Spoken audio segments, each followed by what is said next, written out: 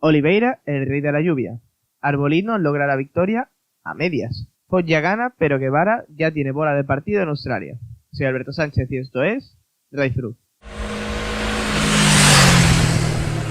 MotoGP inicia su recta final del campeonato con esta entrada en el mes de octubre tras la disputa del Gran Premio de Tailandia, un Gran Premio de Tailandia que cierra un triplete un tanto extraño Aragón, Japón, Tailandia y que ha dejado las cosas más abiertas en algunos casos, en otros más cerradas de lo que quizá podíamos pensar. Y es que en el caso de MotoGP, por hablar de la categoría reina, nos encontramos con que ese golpe de fortuna que tuvo Quartararo en Motegi con los ceros de Aleix Espargaró y Pecco Bagnaia se ha dado completamente la vuelta a causa de la lluvia. Y es que al igual que ocurriera en el Gran Premio de Indonesia, la lluvia se hizo presente el día del domingo para la carrera de MotoGP, aunque en esta ocasión también afectó a la de Moto2. Eso sí, el sábado tuvimos condiciones de seco y en seco los que mandan son las Ducati. Ha llegado a tal el punto de superioridad de la marca italiana respecto al resto de motos del campeonato del mundo que cualquiera de ellas puede incluso hacer la pole. Y ese ha sido el caso de Marco Bezzecchi este fin de semana, y es que el piloto italiano del VR46 ha logrado la que es su primera pole en la categoría reina. Se convierte en el segundo rookie de la temporada en lograrlo tras Fabio Di Gianantonio, que lo lograría en el Gran Premio de Italia. Además lo logra con récord del circuito, y otro récord que bate es el número de pilotos distintos que han logrado la pole en esta temporada, siendo Bezzecchi el 10º en lograrlo. Eso sí, 7 de los cuales son pilotos Ducati. Tan solo Fabio Quartararo, Marc Márquez y Aleix Espargaró han sido capaces de lograr la posición de privilegio en la parrilla de salida sin llevar la montura de Borgo Panigale. A pesar de ello, esa primera posición no le duraría mucho, y es que, aunque sí que salió bien, se fue largo en la primera curva y se acabó saliendo de pista. La escapatoria del circuito de Chang son en su gran mayoría de asfalto, por lo que pudo seguir apretando sin perder posiciones. Incluso a principios de carrera, con la pista aún muy mojada, parecía tener un ritmo bastante bueno, incluso superior al de sus perseguidores, llegando a alcanzar el segundo y medio de distancia. Pero en dirección de carrera no fue flexible con esa salida de pista que tuvo en la curva 1 y le forzó a perder una posición respecto a su más inmediato perseguidor. Y una vez tuvo que ceder esa posición, el grupo le alcanzó y su ritmo, a medida que la pista se iba secando, fue cada vez menor, llegando incluso a quedar fuera de los puntos en una 16ª posición. Las condiciones de lluvia alteraron bastante el ritmo de carrera de muchos pilotos. Algunos implementaron ese ritmo aprovechándose de esas circunstancias incluso un tanto cambiantes al final de carrera, y otros sufrieron más de la cuenta. El que ha podido salvar los muebles, a pesar de que tampoco ser un maestro en agua, es Pecco Bagnaia, y es que el piloto de Ducati ha sido el único piloto de los 3 que están peleando por el campeonato en sumar una gran cantidad de puntos que le permite acercarse de nuevo a Fabio Quartararo después de ese 0 que sumó en Japón y que parecía no sentenciarle, porque se encontraba aún bastante cerca en puntuación y vienen circuitos que a priori favorecen a la Ducati. Este era uno de ellos, pero sí que le daban algo de aire a un Fabio Quartararo que estaba viendo como en esta segunda mitad de temporada toda su ventaja conseguida en el primer tramo de año se iba desvaneciendo poco a poco. Si bien es cierto que Pecco no contó nunca con el ritmo para lograr la victoria, incluso llegó a sufrir por alcanzar ese tercer puesto que lograría finalmente, el piloto oficial de Ducati supo mantenerse en pista de manera correcta en unas circunstancias en las que es más que factible tener una caída, y sumar una buena cantidad de puntos que, si bien no le permite conseguir el liderato, de hecho si hubiera quedado en segunda posición se hubiera puesto líder del mundial, pero sí que se queda muy cerca de un Fabio Quartararo que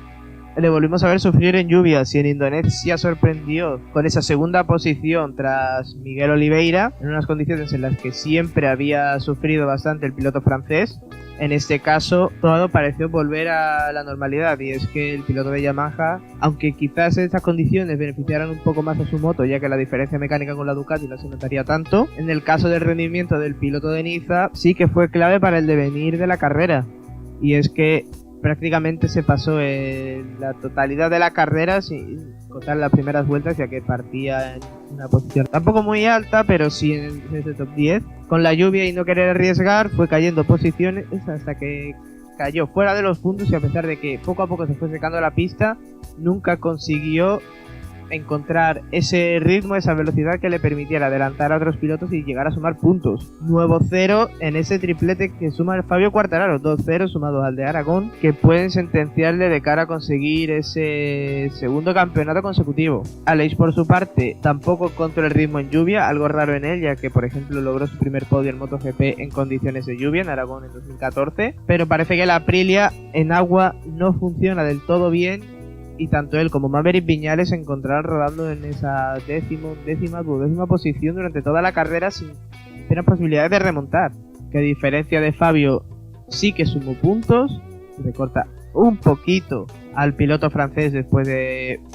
haber perdido muchos puntos por ese problema mecánico que tuvo en Motegi antes incluso de empezar la carrera. Ese recorte de puntos no es suficiente para meterse de lleno en la pelea por el título, y sin duda se queda como el piloto más descolgado y deberá aprovechar quizás la bala de Phillip Island, un circuito cuyas características puedan beneficiar notablemente a la Aprilia. Es un circuito en el que se podría, entre comillas, asimilar un poco a Argentina, con el beneficio para Aprilia de que no existe esa larga recta como si tiene el circuito de Termas de Río Hondo. Recordemos que el último gran resultado de Aprilia hasta el podio de Aleix en Silverstone 2021 lo había logrado Andrea Iannone en el año 2019 en el circuito australiano. Por ahí pasará la última oportunidad del piloto de Granollers para seguir soñando con ese título mundial. Pero si los que están luchando por el campeonato no fueron los protagonistas de la carrera, quizás a excepción de Bagnaia, ¿quiénes fueron? Pues por un lado tenemos al piloto que viene de ganar en Motegi, que ahora acaba de sumar una segunda posición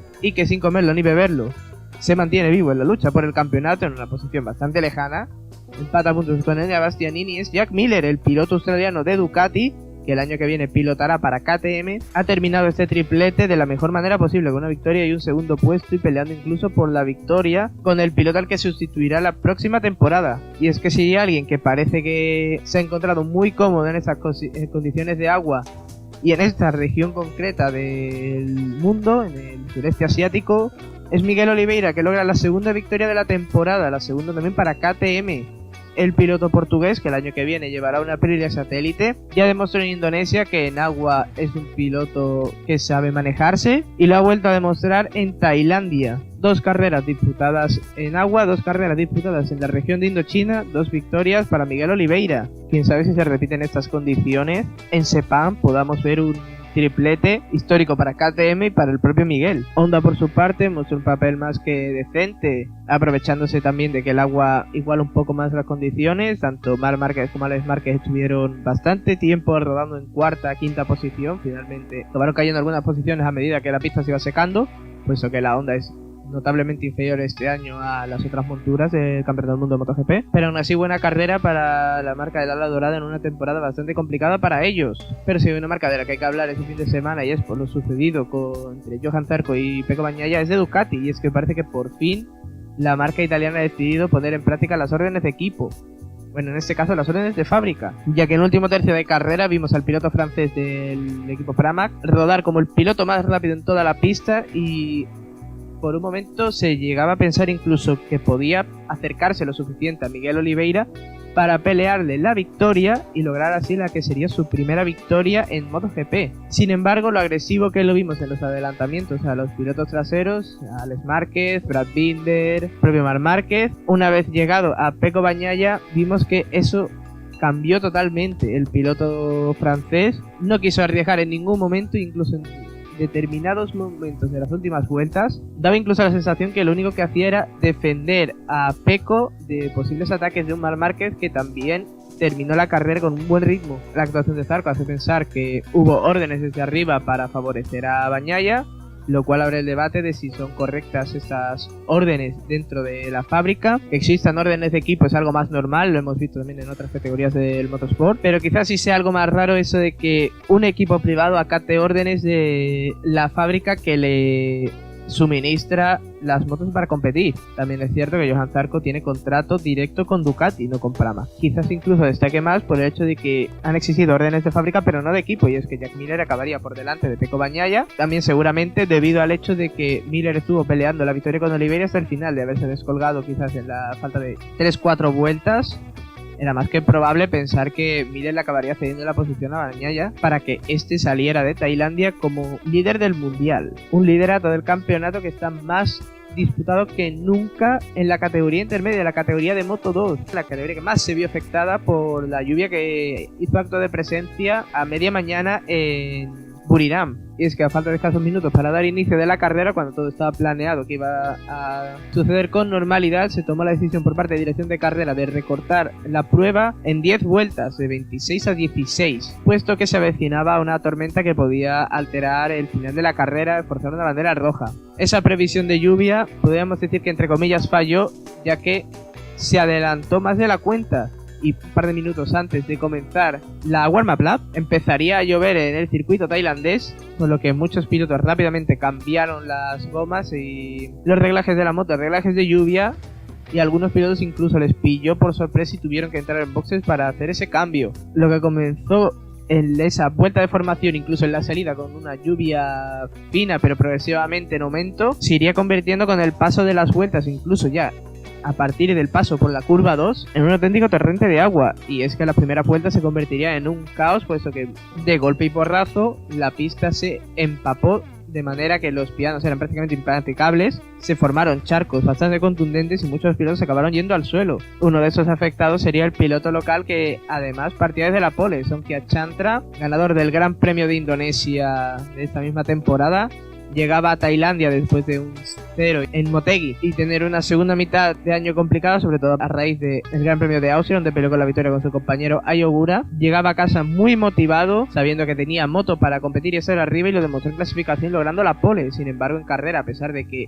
llegó a tomar cierta distancia respecto al grupo perseguidor, el agua le jugaría una mala pasada y lo acabaría mandando al suelo en un gran premio que era muy especial para él. Esto dejó vía libre en el liderato de la carrera a Alonso López y Aron Canet. Los pilotos españoles, el de Bosco Oscuro y el de Calex, se encontraban como en un pequeño segundo grupo detrás de Chantra, también separado del resto de pilotos, y al principio se disputarían ellos lo que parecía ser la victoria. Pero como ya he comentado, la lluvia fue a más a medida que pasaban las vueltas, y esto provocó que otros pilotos menos comunes a verlos delante se aprovecharon de estas circunstancias para arriesgar un poco más y hacer acto de presencia. Y los dos pilotos que más destacaron serían el checo Filip Salak del equipo Gresini y Tony Arbolino, que volaron en agua. Ambos pilotos darían caza tanto a Alonso López como a Aron Canet, que no arriesgaron tanto, Canet un poco más que López para alcanzar esa tercera posición que sería definitiva para él, pero Salak y Arbolino estaban en otro ritmo totalmente distinto. El piloto checo al principio parecía que era el más fuerte, pero poco a poco el italiano, que incluso llegó a quedarse un poco más descolgado respecto al piloto de Gresini sobre la vuelta 4, vuelta 5, se había quedado en un grupo más trasero.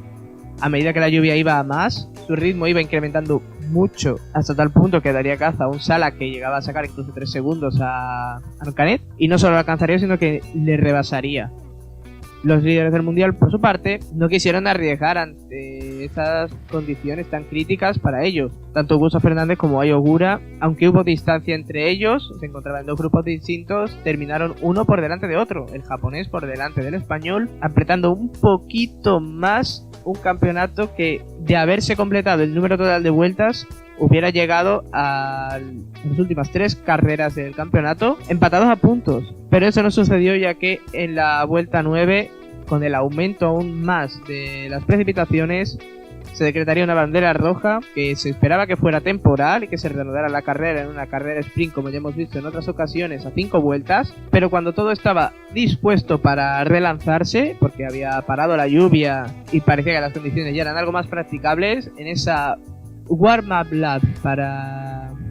la vuelta de formación que se hace para colocarse en parrilla y empezar esa carrera de sprint de 5 vueltas, de nuevo llegaría el diluvio, por lo que se pararía otra vez más la carrera, esta vez sí de manera definitiva. Al no cumplirse los 2 tercios de carrera, no se pudieron dar los puntos totales, por lo que Augusto permanece como líder tan solo 2 puntos por encima de Ogura. La victoria finalmente sería para un Tony Arbolino, que se coloca quinto en el campeonato del mundo, seguido de un Filip Salak, que logra su segundo podio en el mundial tras el logrado en el Gran Premio de Francia la temporada pasada en Moto 3. Suma así también el primer podio de un piloto checo en Moto 2 12 años después, desde aquella victoria de Karel Abraham en el Gran Premio de la Comunidad Valenciana del año 2010, donde la lluvia no hizo acto de presencia y pudimos disfrutar de una carrera normal. Fue en Moto3, donde Denis Foggia lideró de principio a fin el fin de semana. Lograría la pole el sábado y en carrera apenas tendría oposición. Si bien es cierto que no lograría escaparse como hizo Izan Guevara en las carreras anteriores, sí que lideró ese pequeño grupo de hasta 5 pilotos que se escaparían del resto de la parrilla y que pelearían por la victoria hasta falta un tercio de carrera, cuando David Muñoz y Diego Moreira, los jovencísimos pilotos del campeonato de Moto3, se acabarían descolgando por falta de ritmo. A pesar de ser un grupo de hasta 5 pilotos, 3 al final de la carrera, ni Sasaki ni Ricardo Rossi llegaron a poder disputarle una victoria a Foggia que le permite, quizás de manera muy utópica, seguir soñando con alcanzar la remontada que no pudo lograr la temporada pasada. Y decimos utópica porque Izan Guevara, a pesar de que sufrió en este Gran Premio, se trataba de un circuito que desconocía, aunque eso ya vimos en Motegi que no suponía un problema para él. Sí que su ritmo, tanto el suyo como el de Sergio García, era menor que el de otros pilotos en este circuito. Parecía que el equipo Aspar no se adaptó bien al circuito tailandés y durante muchas partes de la carrera lo vimos rodando en una discreta octava, séptima posición, pero con la bajada de rendimiento tanto de Moreira como Muñoz y con esa pelea constante que hubo en ese grupo perseguidor de los 3 del podio, supo colocarse, supo jugar sus cartas y aprovecharse de los errores de estos para acabar terminando quinto, lo cual le permite ya optar a salir campeón en Australia. El que ya se despide de toda opción para luchar por el campeonato es Sergio García Dols, que está teniendo una segunda mitad de temporada desastrosa, incluso comparada con la que tuvo la temporada pasada, que ya fue bastante mala. Y es que el piloto valenciano se quedaría fuera de la lucha en las primeras de cambio. En la primera vuelta, al término de esta, en la última curva, Adrián Fernández cometería un error intentando meter la moto donde no habría hueco, impactando contra el piloto del equipo Aspar y yéndose ambos al suelo. Como siempre suele hacer, García retomaría la carrera esperando que una bandera roja le permitiera reincorporarse al grupo. Sin embargo, nunca llegó y a partir de que se cumplieran los 2 tercios de carrera, que es lo que marca que si sale una bandera roja se da por finalizada la prueba, abandonaría nuevamente, suma un nuevo 0 y ya pierde incluso el segundo puesto en el campeonato, que pasa a manos de Denis Foggia. Un Denis Foggia que, si bien tiene los ojos puestos en el líder del campeonato, en Izan Guevara, no debe despistarse por lo que viene detrás, y es que Ayumu Sasaki vuelve a asomar un nuevo podio, acaba segundo por tercera vez consecutiva en este triplete, y si bien sus aspiraciones a lograr el título son casi nulas, sí que es más viable lograr esa segunda posición, un subcampeonato que reflejaría el buen estado de forma del motociclismo japonés, tanto en la categoría de Moto 3 como en la categoría de Moto 2. Por último, pero no por ello menos importante, tocaría hablar del último piloto que acabaría subiéndose al podio en este Gran Premio de Tailandia. Trata de alguien que no se había estrenado aún en esta temporada. Ricardo Rossi, que este año llegó al equipo del 658 sustituyendo a Tatsuki Suzuki, logra su primer podio de la temporada, una temporada complicada para el equipo de Simoncelli, sumando así también su segundo podio en el Campeonato del Mundo. El primero lo lograría, curiosamente, en el Gran Premio de Francia de 2021, al igual que Philippe Salac. Ambos compartirían podio con Denis Foggia en esa cita francesa y nuevamente vuelven a sumar su segundo podio, uno en Moto 2 y el otro en Moto 3, en el mismo circuito. Curiosidades que deja a veces el Campeonato del Mundo de MotoGP. MotoGP termina por fin este triplete de carreras consecutivas, toca un pequeño descanso antes de llegar a la cita australiana, la cita de Phillip Island, pero eso no quiere decir que este fin de semana no haya motos, y es que World Superbike llega a Portimao para encaminar esa recta final de temporada. Circuito portugués tradicionalmente supone el cierre de temporada de la categoría de Superbike desde que hiciera su debut en el campeonato en el año 2008, siendo además Superbike la primera categoría mundialista en correr en el circuito del Algarve. Se presenta ahora como la 9ª ronda del campeonato que, recordemos, consta de 12 pruebas. Se trata de un circuito que, a pesar de tener una larga recta y sobre todo muy destacado y muy referenciado por los pilotos por esas constantes subidas y bajadas a lo largo del trazado, en el que Kawasaki ha ido muy bien estos últimos años. De hecho, Jonathan Rea, que se encuentra en una plena sequía de victorias, llega a lo que es uno de sus circuitos fetiche, y es que es el único piloto en disputar todas las carreras de World Superbike que se han disputado en este circuito, ya que debutó en el año 2008, a finales de la temporada 2008, con el Tecate Honda, siendo Portimao la última cita del campeonato ese año, y un circuito donde solo ha dejado escapar 2 victorias desde el año 2019, año en el que debuta Bautista en el Campeonato del Mundo con Ducati, que logra una de esas 3 victorias, y la de Toprak en la temporada pasada. Tendremos novedades en la parrilla de World Superbike de este fin de semana, y es que el flamante campeón del AMA de Superbike, Jake Gain, el piloto estadounidense que ya disputó el campeonato del mundo de World Superbike en el año 2018, participará como wildcard en ese circuito de Portimao. Muchos pilotos hablan muy bien del piloto norteamericano, que si bien no tuvo una experiencia del todo positiva en ese año 2018 con una Honda poco competitiva, en el AMA se ha curtido, primero peleando con Cameron Bouvier, que llegaría al Campeonato del Mundo de Motociclismo en Moto2, y este año peleando con Danilo Petrucci ese título de campeón de América. Llega ahora a Portimao,